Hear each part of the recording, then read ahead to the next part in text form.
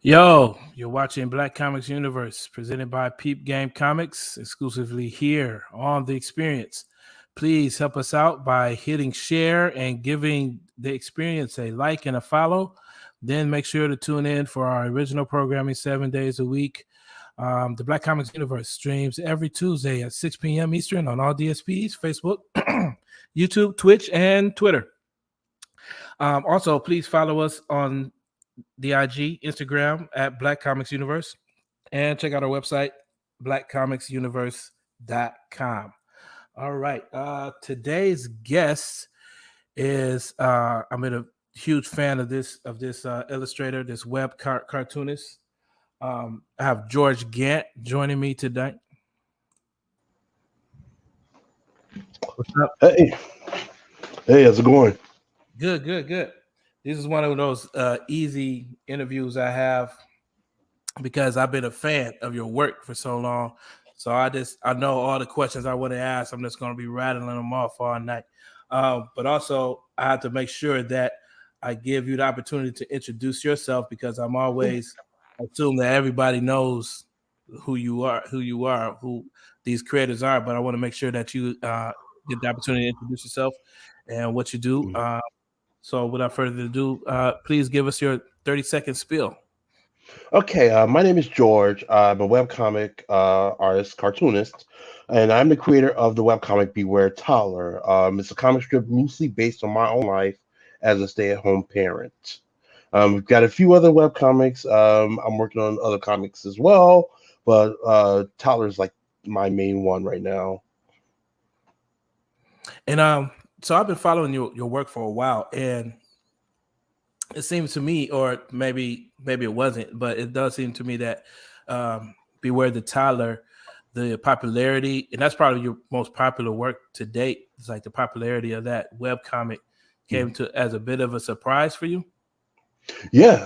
I mean, I've been doing this for a minute. Like this month, in fact, this week will make like 15 years. My 15 years of drawing webcomics. Okay. And Toddler was one that I didn't really plan. Mm-hmm. It was an unplanned comic, but I didn't plan it. Not really, and I kind of drew it out of nowhere, and a lot of people really liked it off the bat. Like it just kind of like blew up. Well, it blew up for me. Mm-hmm. Just like out of nowhere.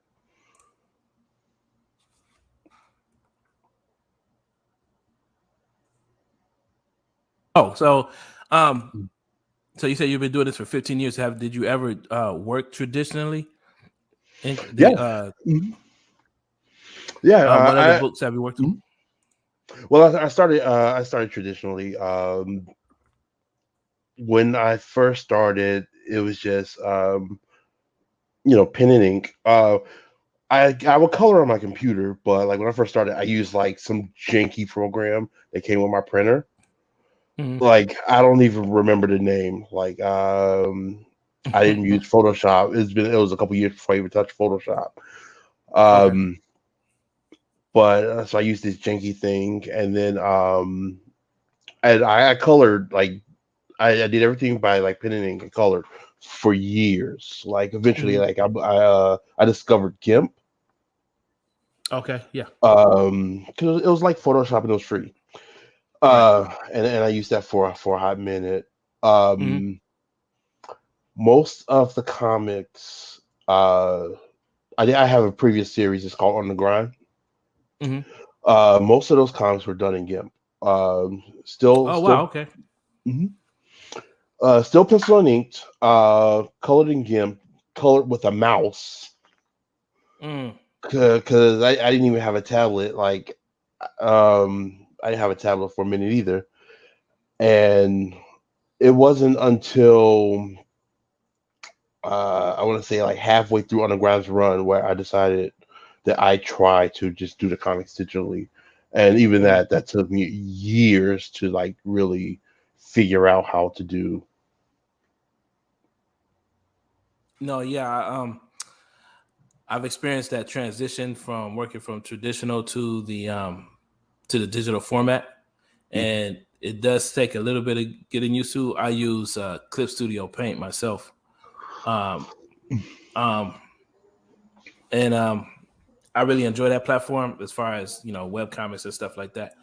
Um, Compared to the two, like digital and traditional, have you become to the point where it's like is the web comic platform your the platform that you prefer, or is it the platform that is sort of like working right now? You're just sticking with it.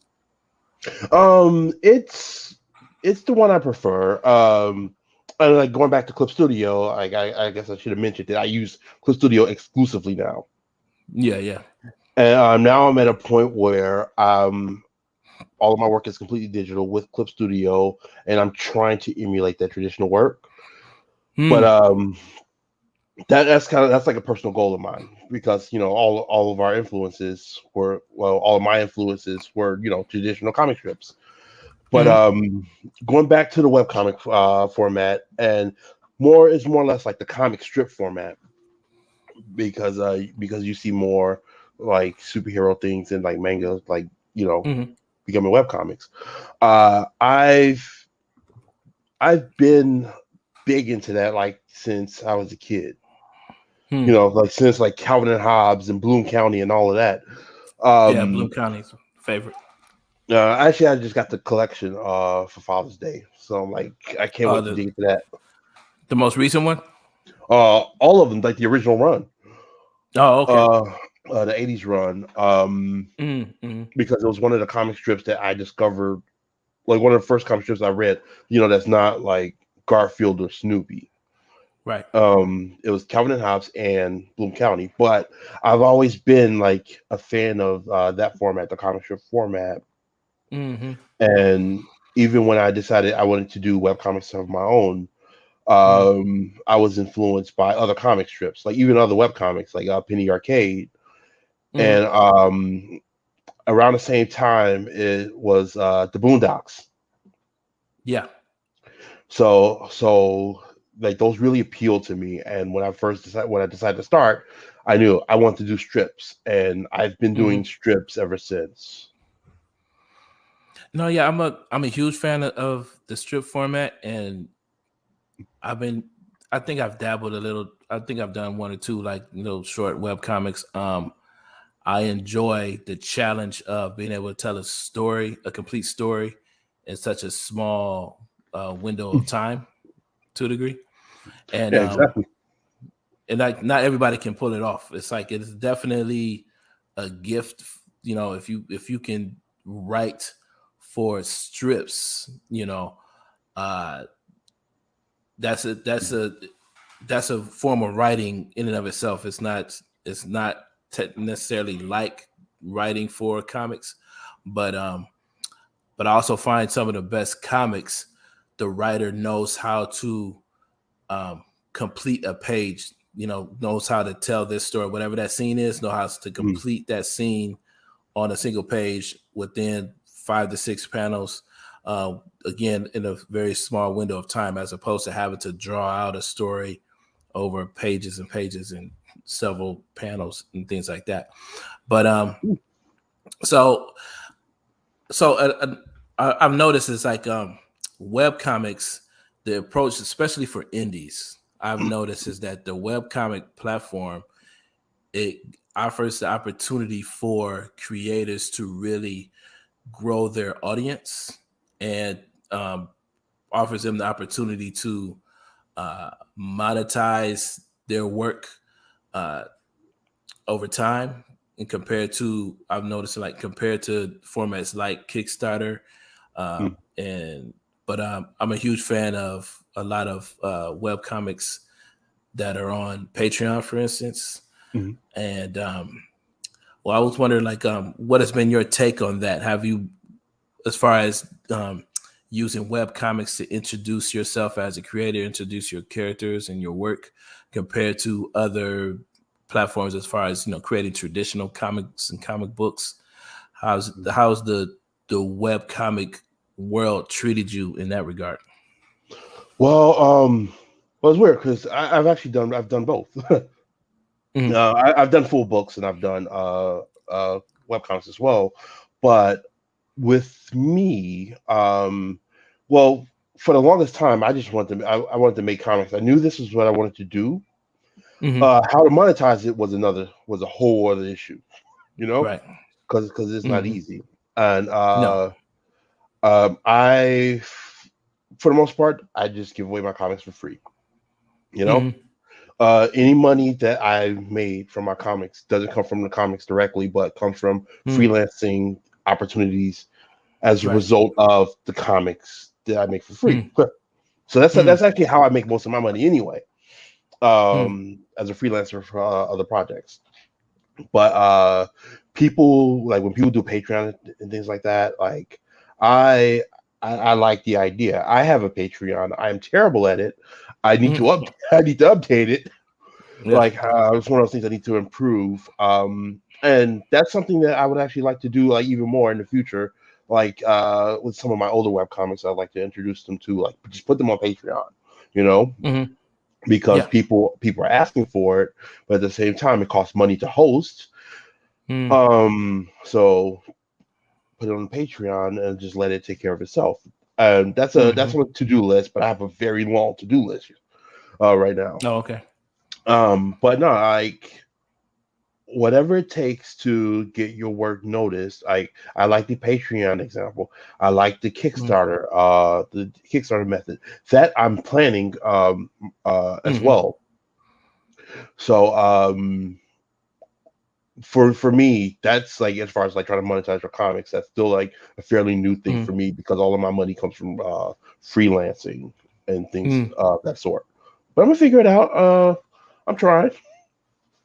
No, no, I think you're well on your way. I think even still, your success is sort of does fit the model, the typical model that I've seen most successful web comics have. Like they build an audience, and you have a fairly large one on webtoons, um, and then they usually move to some type of platform like Patreon, or they do crowdfunding where they actually publish a book, or things like that. Um, so I've always, with like between you and say for instance Chuck Collins, who does the bouncer, uh, there's not a ton of us out here doing, like Steph Williams. I think she does a couple of web comics. There's not a ton of us out there really doing a lot of web comics, at least unless some other names you'd like to share. But I noticed, like, there's not a lot of us out there, but the vast majority of them who have really stepped out and done it, like Anthony Piper was doing web comics for a while. Right. uh, they've all been, it seems like a very smart approach, as far as growing the audience and introducing people to properties. I just don't see it done as often. I think it should be done more often. Like, what are your thoughts on that? No, I agree. I guess because with me, and because I've been doing it so long, Hmm. it's kind of nice to see that people are doing this and they're getting their audiences and they're getting their name out there. Um, like I love what Chuck is doing. Chuck has inspired me, Hmm. and Chuck has said that I've inspired him before. Oh, I doubt he feels the same way now. He'd probably be like, George, man, forget him. I don't know. Um, Same with Anthony. Anthony's one of the few that I've actually been able to meet in person. That he's really, really nice dude, really cool dude. So it's kind of nice to see that that there's this section. There's a section of well, you know what? Okay, let me put it this way. It's nice to see that there are creators like doing this with their comics. It's not just about I'm trying to create the next Superman or the next Batman or the next Marvel. Right. Like people are willing to they're creating diverse comics. And not that there's anything wrong with creating superheroes or anything like that, but it's nice to see creators that remind me of me, you know? Reminds me of me, and not that I'm looking for any heroes or anything like that because I'm old, but it's good to know people, you know, like-minded individuals, right? You know, and there are more out there, and I can't spout out some more creators, but it's really neat. Now, can you walk us through your, not so much your creative process, but what's the grind like? That's one of the biggest things as far as webcomics and Patreon in particular is sort of like that I am intimidated by or apprehensive about is that I know that once that ball starts rolling, I got to push out work. Now, maybe not so much on a daily, but it's got to be pretty consistent every week. You know, you got fans waiting. That means that you have to be drawing. You have to at least be sketching and you know, coming up with new ideas and the things like that. So what is your creative process, or more importantly, your production process like for webcomics? Oh, for me, it's all chaos. It's like straight 100% chaos. Let me just point that out. Okay. For me, and I know I keep saying that I'm old, but like as someone who's been doing it for a long time, my process and all this has changed over the years.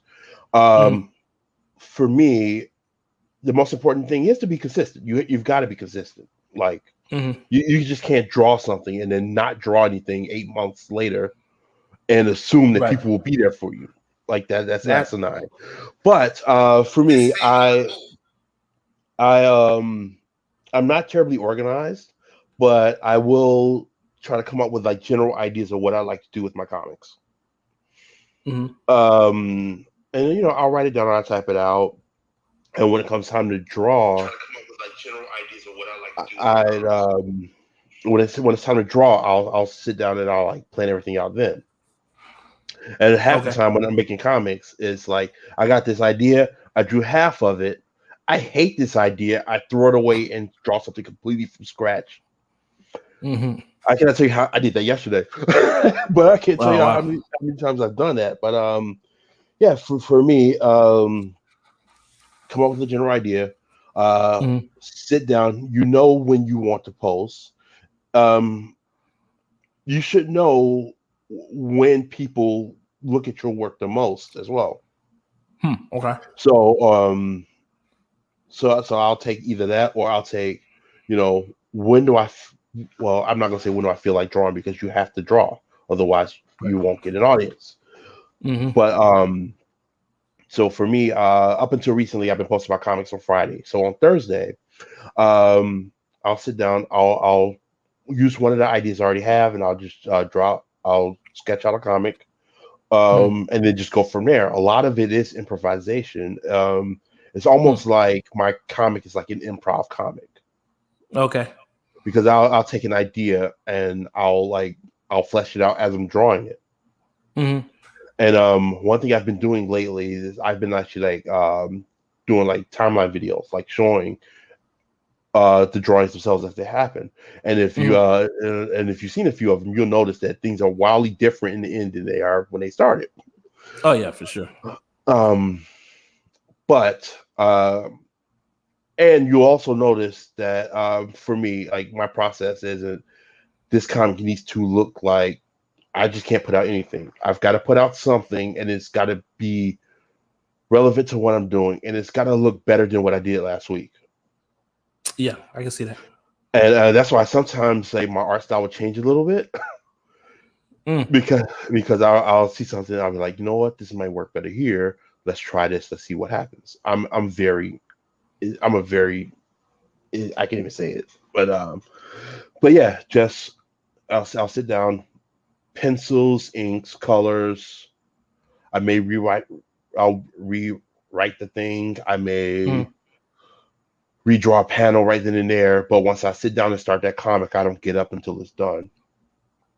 See, Uh, I really like that idea because there's been a few writers that I've interviewed, and that's becoming a recurring theme. Is that when you ask them about writer's block or something like that, immediately they says there's no room for it because the pressure of having to produce or meet a deadline sort of like eliminates the idea. It's like either, and it's sort of like it sort of takes out because it's such a huge part of writer's block is fear of it being bad and that time crunch. It's almost like, well, you don't want to put out a bad one or a bad comic or a bad story, but at the same time, uh, you have to. What's more important is to get it done, right? And so I Done is find better it than very perfect. right, and I think that's a huge thing for a lot of beginning cartoonists or comic book creators to learn. It's like um, good is definitely better than perfect. Done is better than perfect. I teach that a lot as far as when I teach kids comics. It's like I just the biggest thing I try to focus on for them is like to leave with something, something completed. It's not so much about uh, it being immaculate and things like that. It's about actually going home to put on your something to put on your refrigerator. Right. So I really, really like that idea that as far as and I like doing interviews where I can leave tips like this for beginning creators, comic book creators, and I think that's a huge tip that for anybody that's into web comics, definitely should take away. Do you have any more tips that you would share with a beginning creator? I mean, consistency is the most important thing. Like you got to be creative. Like Hmm. like you never want to tell anyone what to do, but even if you don't want to draw, um, if you don't do it, someone else will. Hmm. And that's one thing that I've noticed, especially with me and with Toddler, is if you have an idea and people like that idea, they are going to try to emulate that idea. Mm. And so if you don't do it, then someone else will. Hmm. Cause like yeah, with Tyler, like once I made like those first few, like other people, I mean, parenting comics are not new, Hmm. not by any stretch of the imagination. But Hmm. once I started mine, I noticed that a lot of people that I know or that I've heard of doing similar things Hmm. in the vein that I do it, because there are things that I do that I know that only I do. Hmm. But and to each his own. And I can't say that it hasn't bothered me before, but again, if you don't do it, someone else will. Hmm. And I think that's good. If nothing else, did you have uh, to a degree, you have an adversary, like you're not to say like these people are bad or trying to do you harm, but just the idea that you're up against someone that also provides additional motivation. I would imagine. Uh, I know it works for me. I find adversaries all the time, just to help motivate me to keep going. I want to go back a little bit about the creation of the Tyler, only because it seems like it was such a diversion from what you were doing before, and it's like, can you talk about about how sort of like discovering a hit or like discovering an idea that works, like I understand like you sort of stumbled into it, but at the same time it's like what was the how did you know that you were on to something, and what was it that made you want to maybe made you pivot, to this particular story? Okay, well, around the time I was doing another comic strip, Hmm. it was a video game comic Right. called The Reset Button, Hmm. and I'm not going to say I was feeling stagnant doing it, but at the same time, this was a web comic aimed at a younger audience, Hmm. and I'm sitting there trying to promote it like through social media, and it didn't hit me back then that that wasn't the best idea. It wasn't the smartest idea. Your audience isn't on social media. Okay. Um, but so I was getting kind of stagnant, so I decided that instead of doing this web comic for this kid's comic, I'm going to do a straight up comic book. Okay. And I did the book, and the book is almost done. But at the same time, I was missing drawing comic strips, and um, at the time, my daughter was about a week away from turning 2, Mm-hmm. so she was a toddler. She was doing all those toddler things, and Right. and one day I thought I'd play like a prank on her, so I just hid in the closet and just to see what she would do. She found me right away. Oh wow. I don't know how, but she found me right away, and I thought that was the funniest thing. So I just drew it in a comic right then and there. Hmm. And my reset button comics were okay. Like people responded to them, but when I put out that first Beware Toddler comic, like people just liked it right away. You Hmm. know, I came out with the term Beware Toddler on the spot. I made sure it wasn't taken, and luckily for me, it wasn't. Um, and people really liked it. So I started thinking about it, and I started thinking maybe I should do something with this. Let's just try it out. Let's do another one. So Hmm. I did a second comic, and Hmm. then way more people like like that one. And I don't even think it was a funny comic. Like I personally don't think it was funny, but like way more people liked it. So I created this Facebook page and did another comic. And next thing I know, this Facebook page has 500 followers. Mm. And I've only been doing this thing for about a week at this time. So boom, it's off to the races. Okay.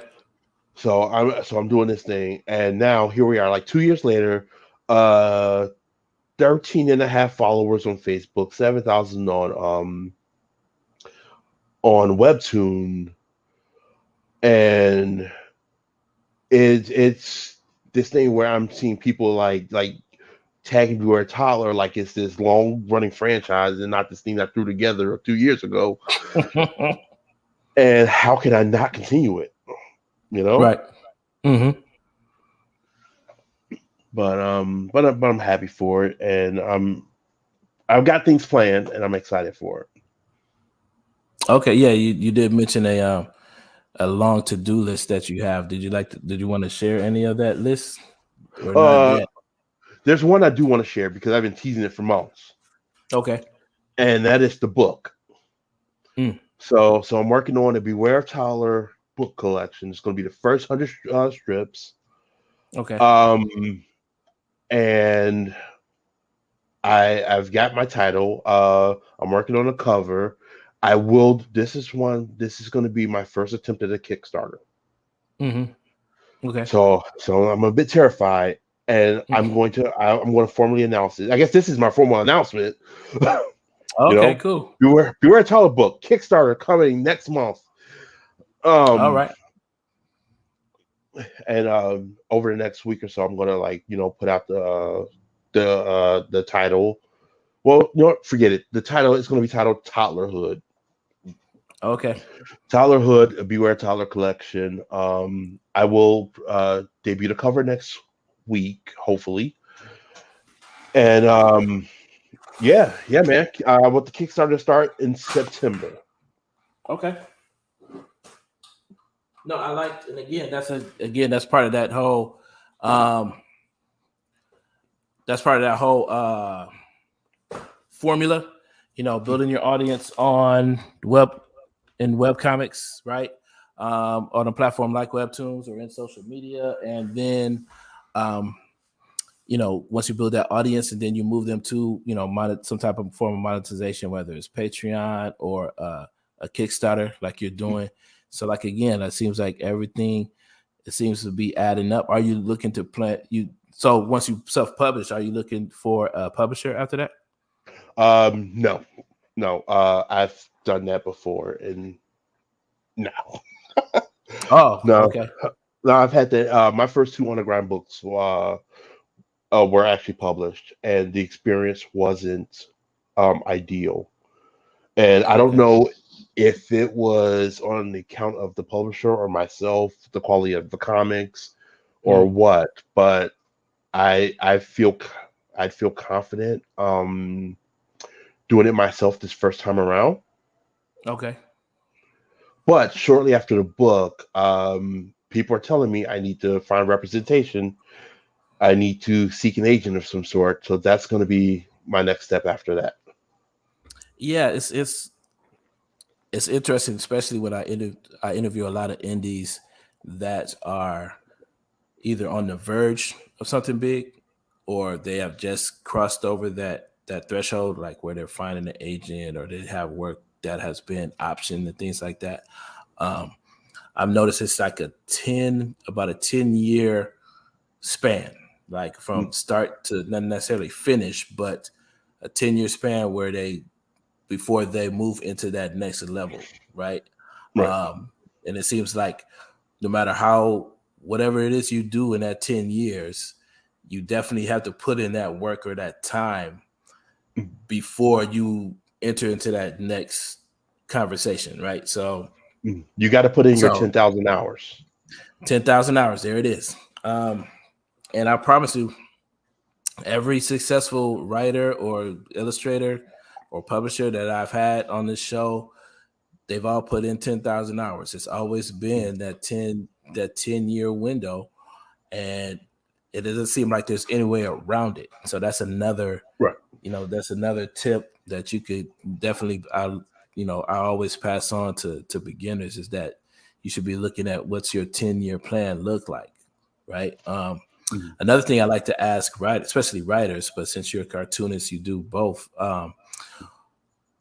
Speaking of that 10 years or that 10,000 hours, how much of your success right now has been planned or orchestrated, or like you actually wrote it out, or how much of it has been sort of like by chance? Like, if you could give a percentage, like how much of it has been sort of just happenstance, or how much of it has been like literally like you wrote it out to be this way? This is all happenstance. I mean, okay, well, let me preface this by saying that drawing cartoons has been a life goal. How much planning has gone behind this? Not much. Because, like, I'll do something if it works, great. If not, I'll do something else. But I'm not a planner by any stretch of the imagination. Oh, I understand. And, No, it's just interesting. Oh, go ahead. I'm sorry. No, but if I had to put a percentage to it, I'd say maybe 75-25. 75 by happenstance. 25, I know what I want to do, and I know what I wanted to do. Didn't know how to get there, but I was going to try to do it anyway. The other 75 is people like Beware Toddler, and that's the only reason you're here. I mean, people just assume, like, especially when they see something like Beware Toddler, it's sort of like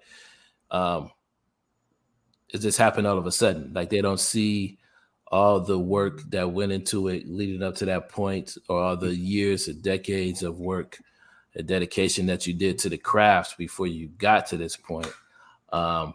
So, again, you just, most people need to understand that, like, if you're seeing this product and you're enjoying the quality of it, just 99 times out of 10, there's been decades worth of learning and mistakes and struggles behind that, that work to make it so great, for sure. Exactly. Yeah. I'm sorry. I was going to say that. People see the success off of those first three Beware Toddler strips, but they didn't see the other 600 comic strips I drew before that. Mm-hmm.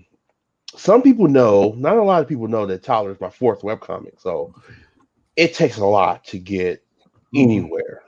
And Yeah. that's one thing that I noticed, like a lot of beginner cartoonists don't realize, is that it does take a long time, and they'll get discouraged. Why isn't anybody supporting me? Why is that? Because it takes a long time. Like, Mm-hmm. you're 22, you'll be all right. Mm-hmm. This is the beginning. This is the beginning, and when you're in your late 30s and you've been plugging away, and people are starting to notice, that's still the beginning. It's a Mm-hmm. marathon. It's not a sprint. Just be patient, focus on the Right. work, and you'll be okay. No, yeah, you're absolutely right. I kind of got started in my 40s, late 30s, 40s, um, just doing a little bit that I do. I don't necessarily consider myself a professional comic book artist, but what I do, I've been doing it for about 10 years, and I definitely see how things tend to open up after that, even for me after that 10-year window, for sure. I Mhm. wanted to talk about something that it might be a little personal, but I thought I did see you comment on it. Um, and being that you are a stay-at-home dad, Mhm. there was an article that was talking about, comic book artists, and the fact that it was an article where this, a fairly popular artist was talking about how he wouldn't be successful if it wasn't for the fact that his spouse brought in a significant income or something like that, and Mhm. how this spouse like basically supported his career. And then you had like a ton of artists and creators. This, it wasn't just about lamenting about the industry and how low the pay is and things like that. It was really talking about the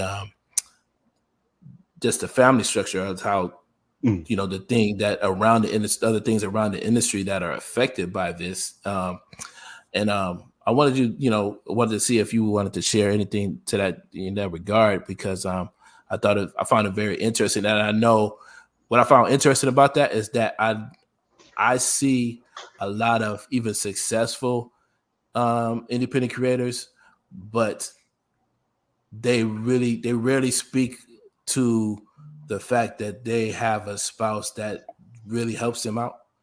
And Mm. you know, for whatever reason, they don't necessarily share that. But I found it interesting and inspiring that you shared, you actually have success, sharing the fact that you're a stay-at-home dad, Mm. and things like that. And I just wanted you to have the opportunity to speak or expound on that whole Okay. topic a little bit. Well, I did see that article. I saw that whole thing. Mhm.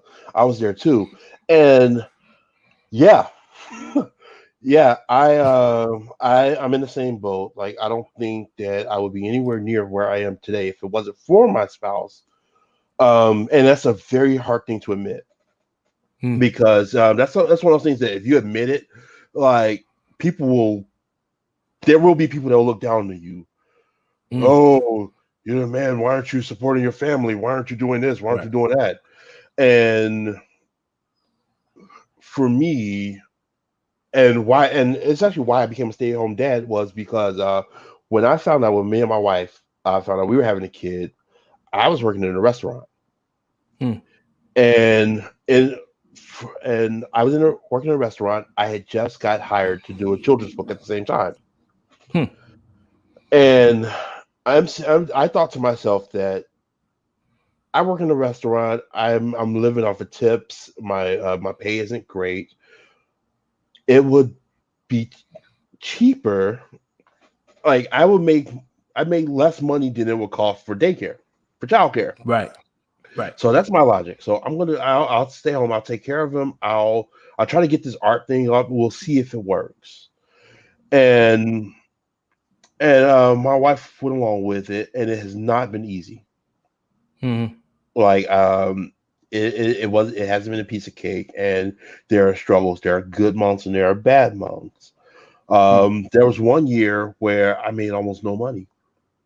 Mm. like completely, and that was very difficult because my wife works for the government. Like Mm. she's doing all right. I'm not. I Yeah. at the time I was working in a restaurant. I was drawing cartoons on the side. I had a couple clients, but nothing that'll like really pay bills. Mm. And my that was a very difficult thing because it's like it's a sacrifice for the entire family when someone tries to build up themselves up and build up what they hope to be a career. Mm. And people will look down on you like that, but at the same time, it's the same thing as say if my wife decided she wanted to go to law school, Mm. or if I decided I wanted to go back to school, Right. you it's basically you're sacrificing yourself to build a better life for yourself. But at the same time, if you say like, I think it's because you're an artist and there's this stigma that artists don't make money. Right. Um, is that people will look down upon you for that. And yeah, it's kind of hard to make a living being an artist, but at the same time, you know, it's harder. It's harder to make a living as an artist without a support system. Mm. Like either like, and it is weird. It's like financially, you got to have a great support system to be an artist. So it's like a double-edged sword. But time Mm. wise, being an artist is a single person's game.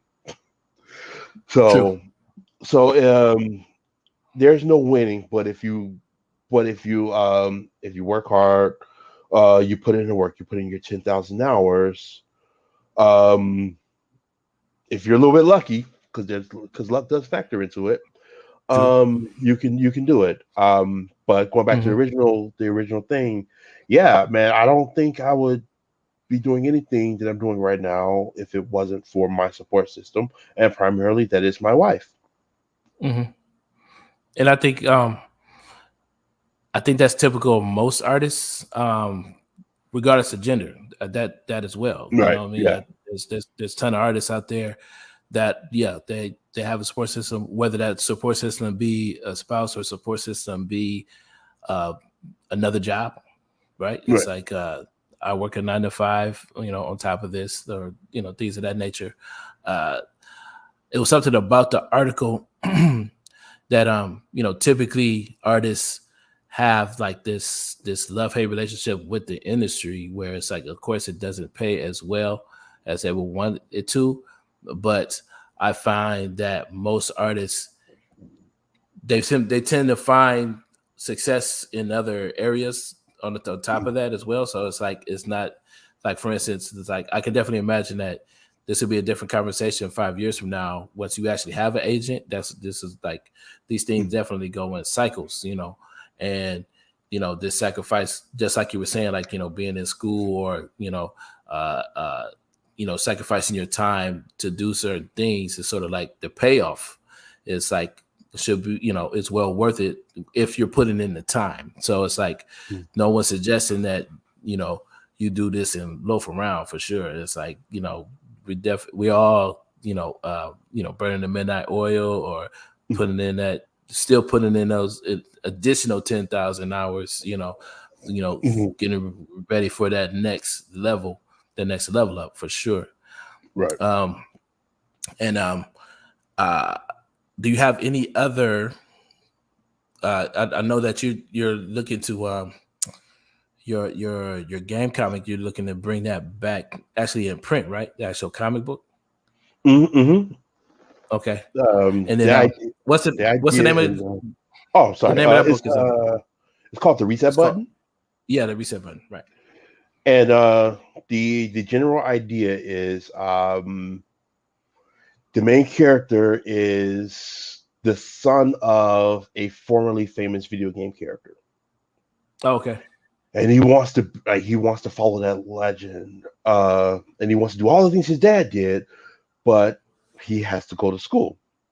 Mm, So the idea is he's this entitled kid who needs to learn how to get his act together while going to a school that's basically It's okay. It's like what I think My Hero Academia is, Hmm. but predates My Hero Academia because I've Yes. been working on this in some way, of shape, or form. Predates Video Game High School Hmm. and is for a younger audience. It reminds me a lot of like just imagine if like those Saturday morning cartoons with like Donkey Kong Jr. or even I think it was Captain Nintendo or some it was some So Captain N. yeah, it's Captain Nintendo. It's like it has that kind of vibe to it. Or just imagine if I guess Donkey Kong Jr. had a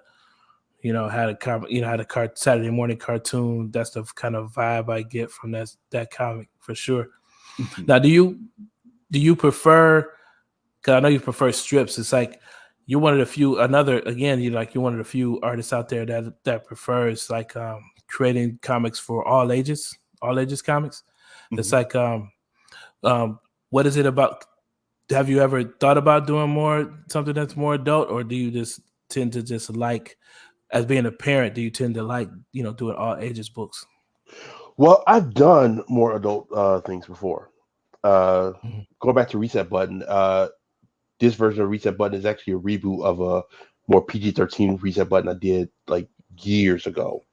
Mm. When I was just like I was basically aping Family Guy. It was horrible.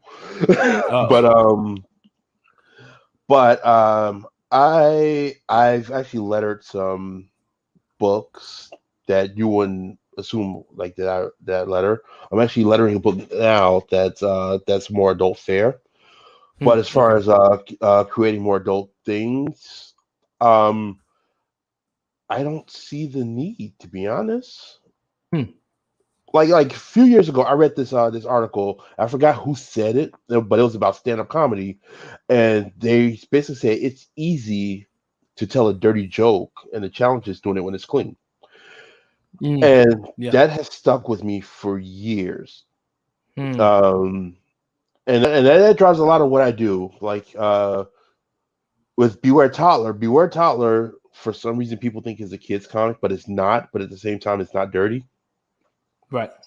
So I like to do like things like that where I want to do comics that everybody can read, regardless of how old you are. Mm. At the same time, I don't need to put adult content in my work because if the content can stand on its own without it, then I know Mm. I'm doing a semi-respectable job. Yeah. You know? Oddly enough, especially with that book or with that comic, technically it is an adult comic because parents identify with it, right? And so it's like we are an audience. People don't typically look at parents as a comic book or comic strip audience, but technically, when you think about it, we are a unique audience that that you can tell stories to us because we definitely identify with it. It's like that Tyler age. We all um, exactly identify exactly what you're going through, exactly what that's like. Um, and this is like a very unique niche. I think parents, is a very unique niche. I got about 10 minutes left. I wanted you to see if I want to give you some time to share the last project that at least that I saw, and I actually got a chance to read some of it. The birthday comic with Mhm. Greg and Alicia. Mhm. Um, Alicia, can you tell us about that book? Yes. Well, first of all, Greg is amazing. That's an awesome Yeah. dude, just all around. Um, that book is man, it's actually like in the vein of my own comics. Mhm. It's about Insana. Uh, it's about his younger years. It's a prequel to the main comic. An all ages comic, in fact. Mhm. It's very much a PG comic, and it tells the story of one of Insana's birthdays. Mhm. And in this comic, he sneaks out with his friends, and they just spend the day together for his birthday.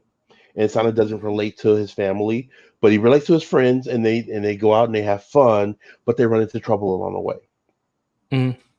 And and I mean, I don't know what else I can say without spoiling the book. But we just finished our Kickstarter. It's fully funded.